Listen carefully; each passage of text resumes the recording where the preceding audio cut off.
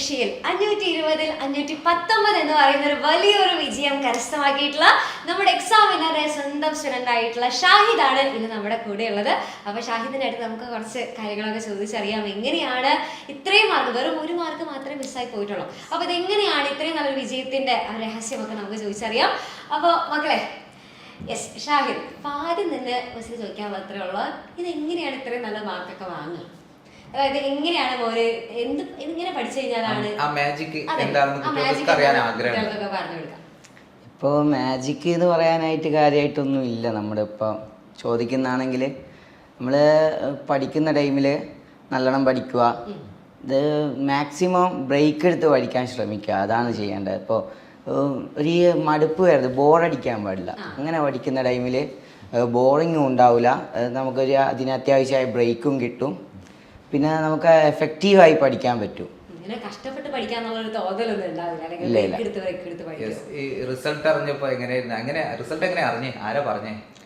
Result ഞാനിങ്ങനെ നിൽക്കുന്ന ടൈമിൽ പെട്ടെന്ന് ഒരു യൂട്യൂബിൽ ഒരു നോട്ടിഫിക്കേഷൻ വന്നായിരുന്നു, +1 റിസൾട്ട് ഇന്ന് സാധ്യത ഉണ്ടാവും എന്നൊക്കെ പറഞ്ഞിട്ട്. അപ്പോൾ പിന്നെ കുറച്ച് കഴിഞ്ഞ് ടീച്ചേഴ്സൊക്കെ വാട്സപ്പ് ഗ്രൂപ്പിൽ മെസ്സേജ് അയച്ചു, റിസൾട്ട് വന്നിട്ടുണ്ട്, ചെക്ക് ചെയ്ത് നോക്ക്. അങ്ങനെ നോക്കിയപ്പോ ആണ് റിസൾട്ട് അറിഞ്ഞത്. ടെൻഷൻ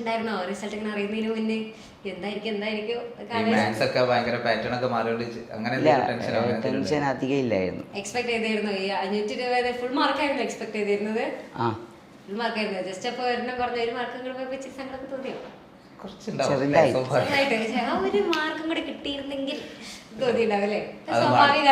അടുത്ത വർഷം എന്തായാലും അത് ക്യാഷ് കവർ ചെയ്യും. പിന്നെ കൊടുത്തിട്ടുണ്ട്. ഫുള്ളാവട്ടെ, 520 ഓക്കെ. നമ്മളെ എക്സാമിനറിനെ കുറിച്ച് എങ്ങനെ അറിഞ്ഞു?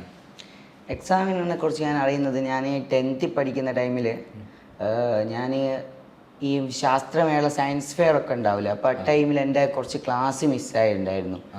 എൻ്റെ ഓർമ്മയിൽ 3rd ചാപ്റ്ററിൽ DC മോട്ടറിൻ്റെ ഏരിയയിലാണ് എൻ്റെ ക്ലാസ് മിസ്സായത്. അപ്പോൾ ഞാൻ ഇങ്ങനെ സാറ് പറഞ്ഞു, ക്ലാസ്സിലെ ഇങ്ങനെ കുറച്ച് യൂട്യൂബ് ചാനൽസൊക്കെ ഉണ്ട്, അവർ ക്ലാസ് എടുക്കുന്നുണ്ട്, അത് നോക്കി പഠിച്ചാൽ മിസ്സായ ഏരിയ നിങ്ങൾക്ക് കിട്ടും. അങ്ങനെ ഞാനിങ്ങനെ കുറച്ച് 2-3 ക്ലാസ്സൊക്കെ കണ്ടു നോക്കി. പിന്നെ അന്നേരമാണ് ഞാൻ കുറേ യൂട്യൂബ് ചാനൽസിൻ്റെ ക്ലാസ് കണ്ടിട്ടുണ്ടായിരുന്നു. അങ്ങനെ കാണുമ്പോൾ പിന്നെ അലക്സറിൻ്റെ DC motor AC motor explain ചെയ്യുന്ന ഭാഗം കണ്ടു. അങ്ങനെയാണ് ഞാൻ ഫസ്റ്റ് ടൈം എക്സാമിനെ കുറിച്ച് അറിയുന്നത്. പിന്നെ ക്ലാസ്സൊക്കെ വളരെ നന്നായിട്ട് തോന്നി. പിന്നെ എക്സാമിൻ്റെ തലേന്നൊക്കെ ഇരുന്ന് ക്ലാസ് കാണും, മാരത്തോൺസ് ഒക്കെ കാണും. ഓ ഓക്കെ. അപ്പോൾ നമ്മുടെ ഈ ഒരു ടീച്ചേഴ്സിന്റെ ക്ലാസ്സുകളായിക്കോട്ടെ അല്ലെങ്കിൽ മാരത്തോൺ ലൈവുകളായിക്കോട്ടെ, ഈ എക്സാമിന്റെ ആ ഒരു സമയത്ത് അത്യാവശ്യം നല്ല പ്രഷറൊക്കെ ഉണ്ടായിരുന്നുണ്ടാവുമല്ലോ, നമുക്ക് കുറേ ടോപ്പിക്സ് പഠിച്ചു തീർക്കാനുണ്ട്. അപ്പോൾ ആ ഒരു പ്രഷറൊക്കെ കുറയാനായിട്ടും അല്ലെങ്കിൽ മോന് ഇത്രയും നല്ല മാർക്കൊക്കെ വാങ്ങാനായിട്ടും എത്രത്തോളം ഹെൽപ്പ് ചെയ്തെന്ന് ചോദിച്ചാൽ ഞാൻ എന്തായിരിക്കും പറയാമോ? അത് ഇപ്പം 10th നോക്കുന്നതാണെങ്കിൽ എനിക്കൊരു വിഷയവും അധികം പ്രഷർ കൊടുത്ത് പഠിക്കേണ്ട വന്നിട്ടില്ല. പിന്നെ എനിക്ക് 10th കുറച്ച് അധികം കണ്ടന്റ് ആയിട്ട് തോന്നിയത് സോഷ്യൽ സയൻസ് ആയിരുന്നു. അപ്പോൾ സോഷ്യൽ സയൻസ് എനിക്ക് ഒന്നാമത് ഈ ഹിസ്റ്ററിയും ജോഗ്രഫിയും അത്ര വലുതായിട്ട് അങ്ങ് ഇൻട്രസ്റ്റ് ഇല്ല. അപ്പോൾ ഞാൻ അന്ന് ഇപ്പം പബ്ലിക് എക്സാമിൻ്റെ തൊട്ട് മുന്നേ സോഷ്യൽ സയൻസിലൊക്കെ ലൈവ് കണ്ടിട്ടാണ്, അപ്പോൾ അതിനുള്ള ക്വസ്റ്റ്യനെ അതിൽ ചോദിച്ചുള്ളൂ. അതുകൊണ്ട് പിന്നെ അടുത്ത വർഷം +1 നീറ്റ് ബാച്ചിൽ ചേരാന്ന് വിചാരിച്ചു. അങ്ങനെയാണ് എക്സാമിനറിൽ ഞാൻ ബാച്ചിൽ ചേരുന്നത്. ഇപ്പോൾ കുറേ കുട്ടികൾക്ക് പ്രശ്നം ഉണ്ടാവാന്ന് വെച്ച് കഴിഞ്ഞാൽ അവർ വിചാരിക്കുക ഈ നമ്മൾ നീറ്റിന് വേണ്ടിയിട്ട് പഠിക്കുകയാണെന്നുണ്ടെങ്കിൽ ഈ ശരിക്കുള്ള നമ്മുടെ പബ്ലിക് എക്സാമിന് വേണ്ടിയിട്ട് പഠിക്കാൻ പറ്റൂല എന്ന് വിചാരിക്കുന്ന കുറേ പേരുണ്ട്. അങ്ങനെ വിചാരിക്കുന്നവരോട് മോൻ എന്താ പറയാനുള്ളത്? ഇപ്പം ശരിക്കും പറഞ്ഞാൽ ഈ നീറ്റ് പഠിച്ചുകൊണ്ട് മോൻ എന്തെങ്കിലും ബുദ്ധിമുട്ടുണ്ടാവോ, അങ്ങനെ എന്തെങ്കിലും ഉണ്ടായിട്ടുണ്ടോ? ഇല്ല, നമ്മളിപ്പോൾ നമുക്കൊരു ഡ്രീമുണ്ട്, അല്ലെങ്കിൽ നമുക്കത് അച്ചീവ് ചെയ്യണം എന്ന് വിചാരിച്ച് നമ്മൾ പഠിക്കുന്ന ടൈമിൽ നമുക്കൊരു ബുദ്ധിമുട്ടായി തോന്നുകയില്ല. നമുക്കൊരു ഗോളുണ്ട്, നമ്മളവിടെ എത്തണം. ഇപ്പോൾ നമ്മൾ പബ്ലിക് എക്സാമിന് പഠിക്കുന്ന സംഗതി തന്നെയാണല്ലോ ഈ നീറ്റിന് വേണ്ടി പഠിക്കുന്നത്, അത് കുറച്ചുകൂടി ഇൻഡെപ്റ്റ് അപ്പോൾ നമ്മൾ അത് പഠിക്കുന്നേരം ഇവിടെ ആകുന്നുണ്ട്. പിന്നെ 2-3 ഇംഗ്ലീഷും സെക്കൻഡ് ലാംഗ്വേജും മാത്സും എല്ലാം എക്സ്ട്രാ വരുന്നുള്ളൂ. ആക്ച്വലി ശരിക്കും പറഞ്ഞാൽ രണ്ടും കൂടെ ഒരുമിച്ച് കൊണ്ടുപോകാനായിട്ട് പറ്റും. അല്ലെ? അപ്പൊ അത് നമുക്കൊരു ഭയങ്കര ഒരു ബുദ്ധിമുട്ടായിട്ട് നമ്മളത് എടുക്കാതെ നമുക്ക് ഇഷ്ടപ്പെട്ട് പഠിച്ചു കഴിഞ്ഞാൽ ബാക്കിയെല്ലാം കൂളാണല്ലേ. നമ്മുടെ ബാച്ചിൽ ഒരുപാട് ഫീച്ചേഴ്സ് ഉണ്ടല്ലോ അല്ലെ, PYQs ആയിട്ടും റിവിഷൻ ക്ലാസ് അങ്ങനെ ഒരുപാടുണ്ട്. അതിൽ മോനെ ഏറ്റവും യൂസ്ഫുൾ ആയിട്ട് അല്ലെങ്കിൽ ഏറ്റവും ഇഷ്ടപ്പെട്ട ഒരു കാര്യം പറയുകയാണെങ്കിൽ എന്തായിരിക്കും? എനിക്ക് ബാച്ചിൽ ഏറ്റവും ഇഷ്ടപ്പെട്ട ഫീച്ചർ എന്ന് വെച്ചാൽ റിവിഷൻ ക്ലാസ് ആയിരുന്നു. ഞാൻ പിന്നെ അധികം PYQs നോക്കാറില്ല. PYQs ഞാൻ വെച്ചിട്ട് ഞാൻ PYQ വെച്ച് എക്സാമിന് നോക്കിയിട്ട് പോകുന്ന ആളല്ല. അപ്പോൾ ഞാൻ അധികം റിവിഷൻ ക്ലാസ് എക്സാമിൻ്റെ ഒക്കെ മുന്നേ എല്ലാ റിവിഷൻ ക്ലാസ്സും കണ്ടു തീർക്കും. PYQ നമ്മൾ പഠിച്ചു പോയാൽ പെട്ടെന്ന് പാറ്റേൺ ഒക്കെ എങ്ങാനും മാറിയിട്ടുണ്ടെങ്കിൽ എന്നുള്ള ചിന്തയിൽ ഞാൻ ആദ്യം PYQ ഞാൻ നോക്കലില്ല, ആദ്യമേ നോക്കലില്ല. അപ്പോൾ ഞാൻ റിവിഷൻ ക്ലാസ് കണ്ടു. റിവിഷൻ ക്ലാസ് നമ്മൾ പഠിച്ചു കഴിഞ്ഞിട്ട് ഒന്നുകൂടി റിവിഷൻ ക്ലാസ് കാണും, എന്നിട്ട് ഒന്നുകൂടി പഠിക്കും. എക്സാം സമയമൊക്കെ ആകുമ്പോൾ എത്ര തവണ ഒരു ചാപ്റ്റർ റിവൈസ് ചെയ്യുമോ? എക്സാം ടൈമൊക്കെ ആകുന്നേരം ഒരു ചാപ്റ്റർ ഒരു 3 times ഒക്കെ ചെയ്യും എക്സാം ടൈമിൽ. ചെയ്ത് കഴിഞ്ഞാൽ തന്നെ ഒരു പക്ക ഒരു ഐഡിയ. ഓക്കെ, അപ്പൊ അങ്ങനെ ചെയ്ത് കഴിഞ്ഞാൽ പിന്നെ എങ്ങനെ ക്വസ്റ്റ്യൻസ്. അപ്പൊ മോനെ ഏറ്റവും കൂടുതൽ കോൺസെൻട്രേറ്റ് ചെയ്യുന്നത് തിയറി നല്ല സെറ്റ് ആയിട്ടിരിക്കാനാണ്. അത് കഴിഞ്ഞിട്ട് പിന്നെ അതിന് എങ്ങനെ ക്വസ്റ്റ്യൻ വന്നു കഴിഞ്ഞാലും പാറ്റേൺ മാറിയാലും മനസ്സിലാക്കി കഴിഞ്ഞാൽ കോൺസെപ്റ്റ് സെറ്റ് ആക്കുക. ഇപ്രാവശ്യത്തെ നമ്മുടെ മാത്സിൽ നമ്മൾ ശരിക്കും പറഞ്ഞാൽ വിചാരിക്കാത്ത ഒരു ടൈപ്പ് ക്വസ്റ്റ്യൻസിലൊക്കെ വന്നു എന്നൊക്കെ പറയുന്നുണ്ടായിരുന്നു. അപ്പോൾ ആ ക്വസ്റ്റ്യൻ പേപ്പറൊക്കെ കണ്ട സമയത്ത് എങ്ങനെയായിരുന്നു മോന്? പേടിച്ചോയോ?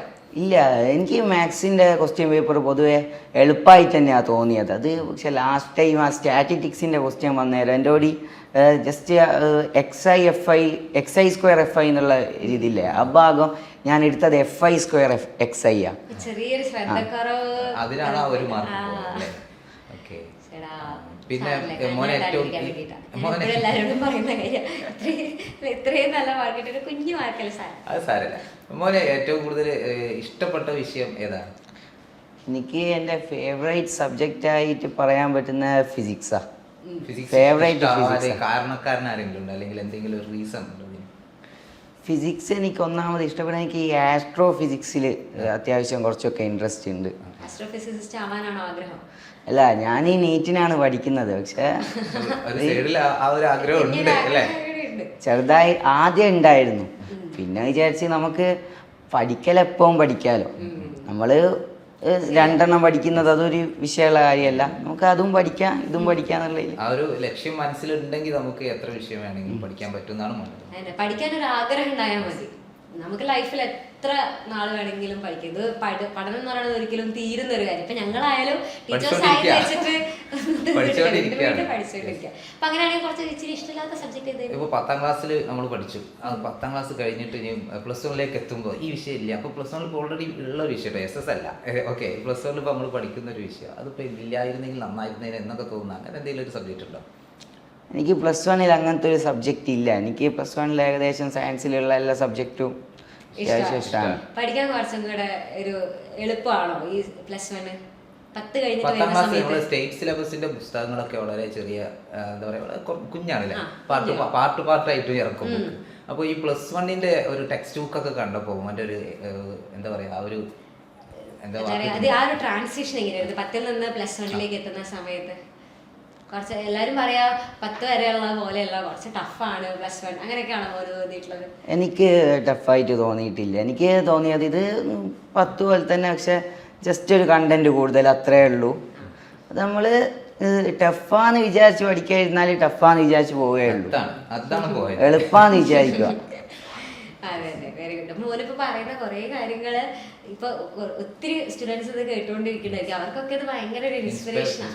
മോന്റെ ഒരു സ്റ്റഡി എന്താ പറയാ ഷെഡ്യൂൾ എങ്ങനെയാ? രാവിലെ എണീറ്റിട്ടുള്ള ഒരു ദൈനംദിന പ്രവർത്തനങ്ങൾ എങ്ങനെയാ? ഞാൻ ഒരു ദിവസം ഒരു 4 AM ആകുന്നപ്പോഴത്തേക്ക് എഴുന്നേൽക്കും. 4 മണിക്ക് എണീക്കും. അതിപ്പോ എക്സാം ആയതുകൊണ്ട് മാത്രമാണോ ഫാദറോട് അടുത്തിരിക്കുന്നുണ്ട്? അല്ല, ഞാൻ ഡെയിലി എഴുന്നേക്കലുണ്ട്. ഡെയിലി എണീക്കാറുണ്ട്. ഓ, വേണമെങ്കിൽ അച്ഛനും ഉപ്പനോട് ചോദിച്ചു നോക്കിയൊക്കെ. ഞാൻ കോൺഫിഡന്റ് അങ്ങനെ തന്നെ തളർത്താൻ നോക്കണ്ട. ഓക്കെ, രാവിലെ നേരത്തെ ഒരു എണീക്കലുണ്ട്. അത് എല്ലാ ദിവസവും ഒരു കോൺസ്റ്റന്റ് ആയിട്ട് ഒരു ടൈമിൽ തന്നെയാണ് എഴുന്നേക്കലുണ്ട്. ചില ടൈം ലേറ്റ് ആയി പോവും. മോസ്റ്റ് ഓഫ് ദ ഡേയ്സ് 4 മണിക്ക് തന്നെ എണീറ്റിട്ട് പഠിക്കാനിരിക്കാറുണ്ടോ? എഴുന്നേറ്റ് അല്ല, എഴുന്നേറ്റ് കഴിഞ്ഞാൽ ഞാൻ ഫസ്റ്റ് രാവിലെ ആ ടൈം ഫുള്ള് ക്ലാസ് കാണാൻ വേണ്ടി ഒരു 7:30 സ്കൂൾ അടുത്തായതുകൊണ്ട് അപ്പോൾ 7:30 വരെ ഞാൻ ക്ലാസ് കണ്ട് പിന്നെ നേരെ സ്കൂളിലേക്ക് പോവുക ചെയ്യുക. ആ സമയത്ത് പഠിക്കുകയുള്ളൂ, വർക്കൗട്ട് അതായത് എഴുതാ നോട്ട്സ് അങ്ങനത്തെ പരിപാടികളൊന്നും ഇല്ല രാവിലെ എണീറ്റിട്ട്? ഇല്ല, രാവിലെ ഞാൻ ക്ലാസ് മാത്രമേ കാണുള്ളൂ. അപ്പോൾ ഈ നോട്ട്സ് ഒക്കെ പ്രിപ്പയർ ചെയ്ത് എങ്ങനെയാണ്? ഞാൻ നോട്ട്സ് പ്രിപ്പയർ ചെയ്യലില്ല. പിന്നെ നോട്ട്സ് എങ്ങനെയാ സ്കൂളിൽ നിന്ന് കിട്ടുന്നത്? അങ്ങനെയാണ് ഇതിന്റെ നോട്ട്സ്? ഞാൻ ഈ നോട്ട്സ് ഇപ്പോൾ ടെക്സ്റ്റ് ബുക്ക് ആണോ റെഫർ ചെയ്യുന്നത് ഫുള്ള്? അല്ല, ഞാൻ എക്സാമിന് തന്നെ PDF നോട്ട്സ് വെച്ചിട്ടാണ് പഠിക്കുക. അത് കുറച്ചും കൂടെ ഇങ്ങനെ ഷോർട്ട് ആയിട്ടുള്ള പോയിന്റ്സ് ആയതുകൊണ്ട് മോന് കുറച്ചും കൂടി യൂസ്ഫുൾ ആയിട്ടുണ്ട്. ഞാൻ ആദ്യത്തെ ടൈം ഫസ്റ്റ് ജോയിൻ ചെയ്ത പാട് ഒരു എനർജിയിൽ 2-3 പാടൊക്കെ നോട്ട്സ് ഉണ്ടാക്കിയിട്ടുണ്ടായിരുന്നു. പിന്നെ നോട്ട്സ് ഉണ്ടാക്കുന്ന വിട്ട് നോട്ട്സ് സത്യം പറഞ്ഞാൽ ഞാൻ എല്ലാത്തിൻ്റെയും ഒരു പാഠം വെച്ച് മാത്രമേ നോട്ട്സ് ഉണ്ടായുള്ളൂ. പിന്നെ നോട്ട്സ് ഉണ്ടാക്കുന്നതിന് വെറുതെ നമ്മൾ സമയം പോലെ ചില ആൾക്കാർക്ക് നോട്ട്സ് ഉണ്ടാക്കിയാലേ പഠിക്കാൻ പറ്റൂ. അപ്പം ഞാൻ നോട്ട്സ് ഉണ്ടാക്കേണ്ടതൊന്നും പറയുന്നില്ല.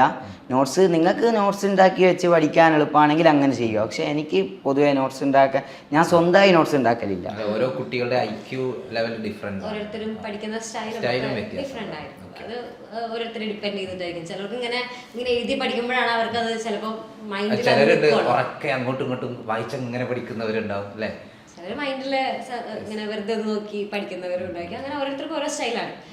പിന്നെ ഈ ഓഫ്ലൈൻ സാധ്യതകൾ നിലനിൽക്കെ തന്നെ ഓൺലൈൻ ബാച്ചിൽ ജോയിൻ ചെയ്യാനുള്ള ഒരു പ്രചോദനം അത് എവിടെ നിന്ന് കിട്ടിയത്? അല്ലെങ്കിൽ വീട്ടിൽ നിന്ന് എന്തെങ്കിലും എതിർപ്പുകൾ അങ്ങനെ എന്തെങ്കിലും ഉണ്ടായിരുന്നോ? ഇല്ല, ഞാൻ ഇതുവരെ 10th വരെ ഞാൻ ട്യൂഷനൊന്നും പോയിട്ടില്ല ഒന്നാമത്.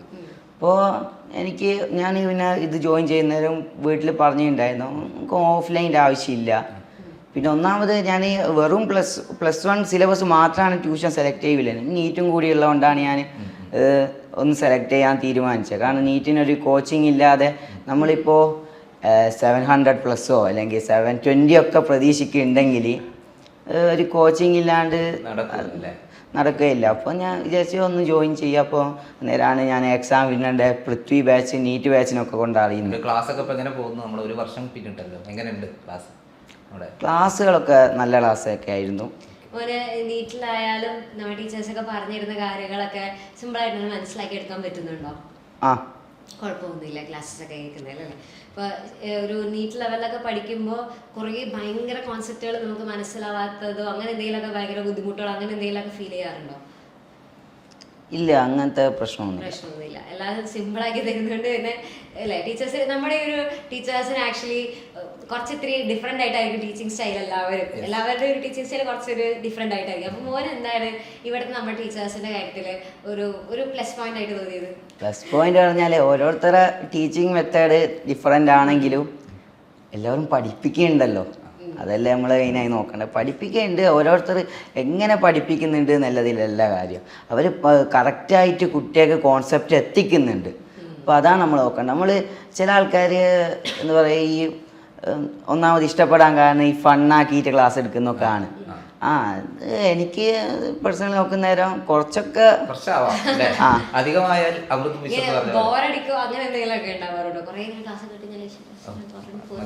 ഇല്ല, ഞാൻ ക്ലാസ് കാണാൻ തുടങ്ങിയാൽ അത് കംപ്ലീറ്റ് ആക്കിയിട്ടാണ്.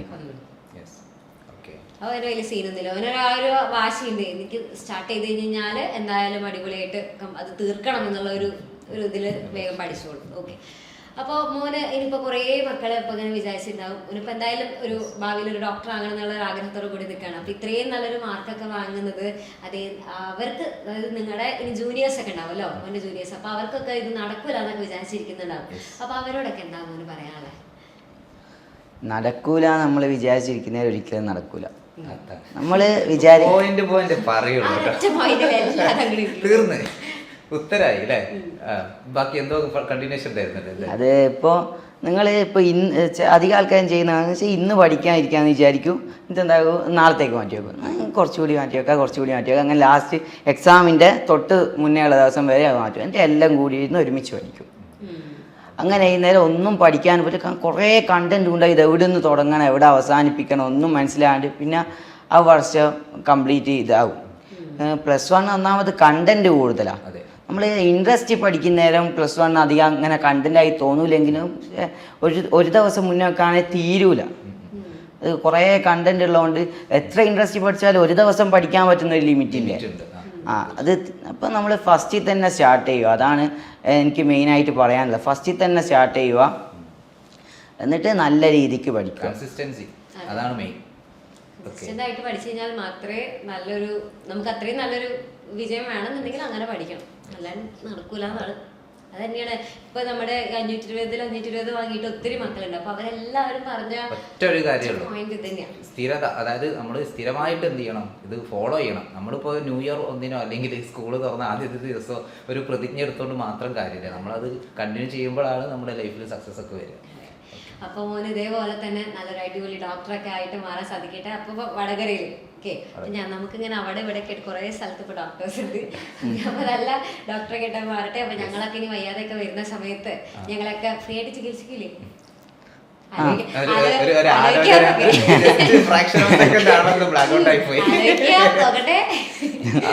പിന്നെ അത് നമുക്ക് വേറെ ഒരു കാര്യം കൂടി ഉണ്ട്, +2 ഫുൾ മാർക്ക് ഇതേപോലെ തന്നെ വരണം. ഓക്കെ, +2 ഫുൾ മാർക്ക് ആയിട്ട് വരണം.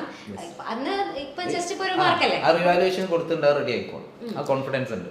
അപ്പൊ +2 എന്തായാലും നമുക്ക് ഫുൾ മാർക്ക് ആയിട്ട് തന്നെ വരണം. അപ്പൊ ഞങ്ങൾ തന്നെ ഉണ്ടാവും ഇവിടെ. അപ്പൊ കാത്തിരിക്കും ഞങ്ങള്. അപ്പൊ എന്റെ കുട്ടികൾ എന്തായാലും +2 ഫുൾ മാർക്ക് ഒക്കെ ആയിട്ട് വരണം. ഓക്കെ, അപ്പൊ അങ്ങനെയാണെങ്കിൽ മോന് ആഗ്രഹിച്ച പോലെ തന്നെ നല്ല ഡോക്ടറായിട്ട് മാറാൻ സാധിക്കട്ടെ. ഇതേപോലെ തന്നെ ഇനിയുള്ള ഏത് എക്സാം ആയിക്കോട്ടെ, +2 കഴിഞ്ഞ് ഇനി ഏതൊക്കെ നീറ്റ് ലെവലാണെങ്കിലും നല്ല റാങ്ക് ഒക്കെ കിട്ടട്ടെ. എല്ലായിടത്തും നല്ല വിജയമൊക്കെ ഉണ്ടായി നല്ല ചിരിച്ചുകൊണ്ട് ഫുൾ ലൈഫ് മൊത്തം ഹാപ്പി ആയിട്ട് ഇരിക്കാൻ പറ്റട്ടെ. ഓക്കെ, അപ്പൊ ഒന്നും കൂടെ കൺഗ്രാറ്റ്സ് ഉണ്ട്.